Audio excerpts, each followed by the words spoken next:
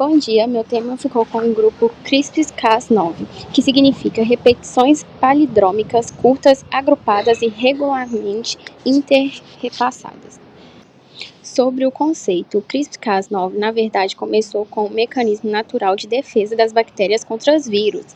As bactérias usam esse sistema para reconhecer e cortar o DNA viral quando são infectadas. Isso funciona como uma forma de memória imunológica bacteriana.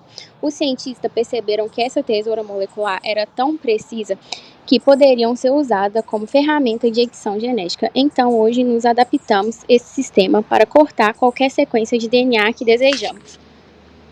Sobre os componentes do sistema, primeiro é o Cas9. Ele funciona como uma tesoura molecular que faz o corte no DNA exatamente no ponto desejado.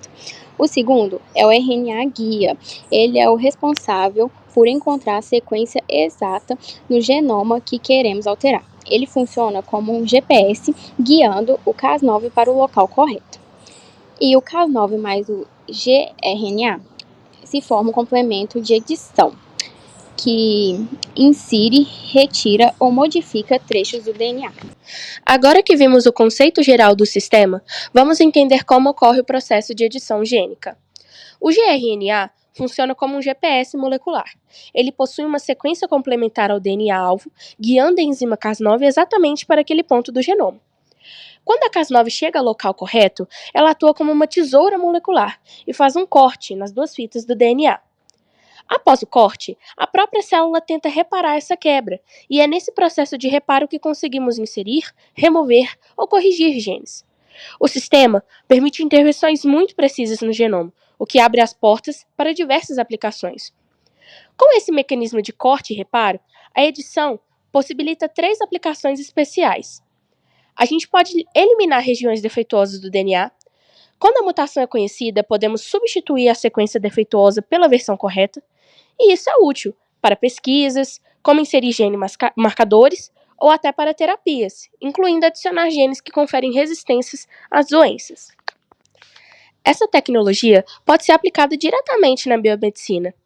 Várias doenças genéticas podem teoricamente ser corrigidas, porque sua causa é conhecida.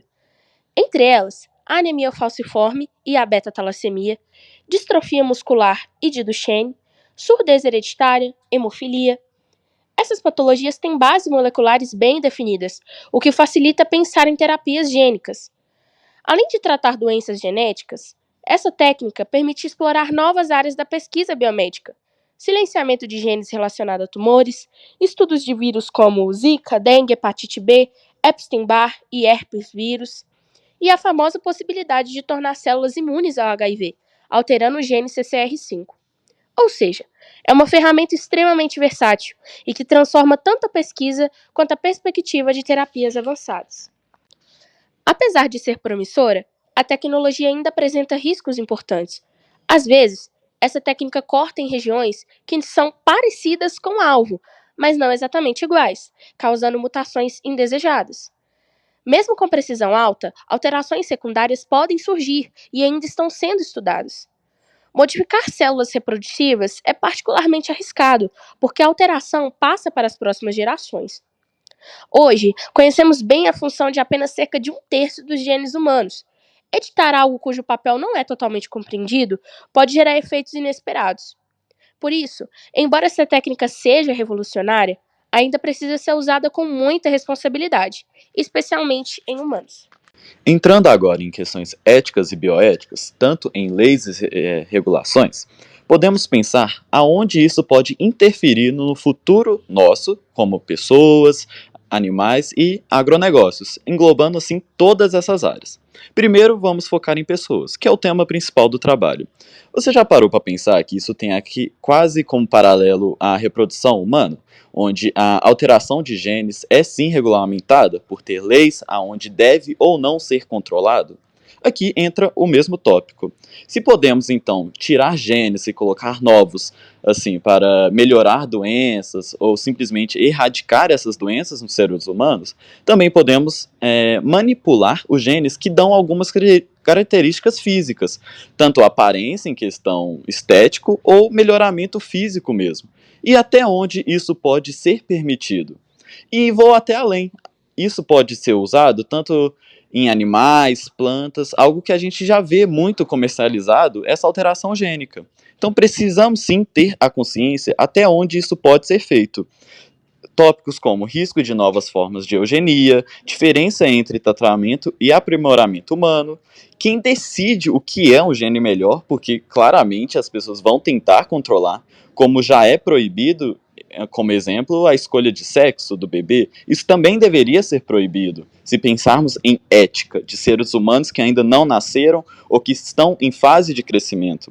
Desigualdade no acesso a terapias avançadas e consentimento das gerações futuras, essas gerações que terão esses genes alterados. Tendo isso em mente, olhando obviamente para as perspectivas futuras, assim a gente pode ter como resultados o maior avanço em edições somáticas, obviamente também tendo mais seguras e aceitas por causa das regulamentações éticas, o potencial crescente para tratar doenças genéticas como o câncer, que é o foco desse trabalho, mostrar como podemos dar a qualidade de vida e até mesmo a vida a alguém que possui doenças genéticas fatais.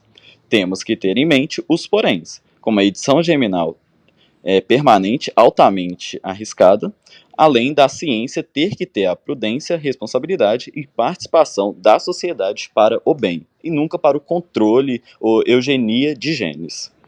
Finalizando do assunto, só queria mostrar como essa transformação da edição gênica pode ter como capacidade de localizar genes específicos, realizar cortes precisos e permitir à própria célula faça a reparação que abra o caminho para intervenção altamente direcionada, assim tornando possível corrigir mutações, remover defeitos genéticos e até inserir novas informações do DNA. Este conjunto irá e transformou a edição gênica em um processo mais rápido, eficiente e acessível a qualquer tecnologia anterior. No entanto, essa mesma tem um potencial tecnológico que exige extrema cautela social e profissional. Segue as nossas referências da Revista Brasileira de Biociências e do portal Fiocruz BR. E foi esse o nosso trabalho. Muito obrigada pela sua atenção.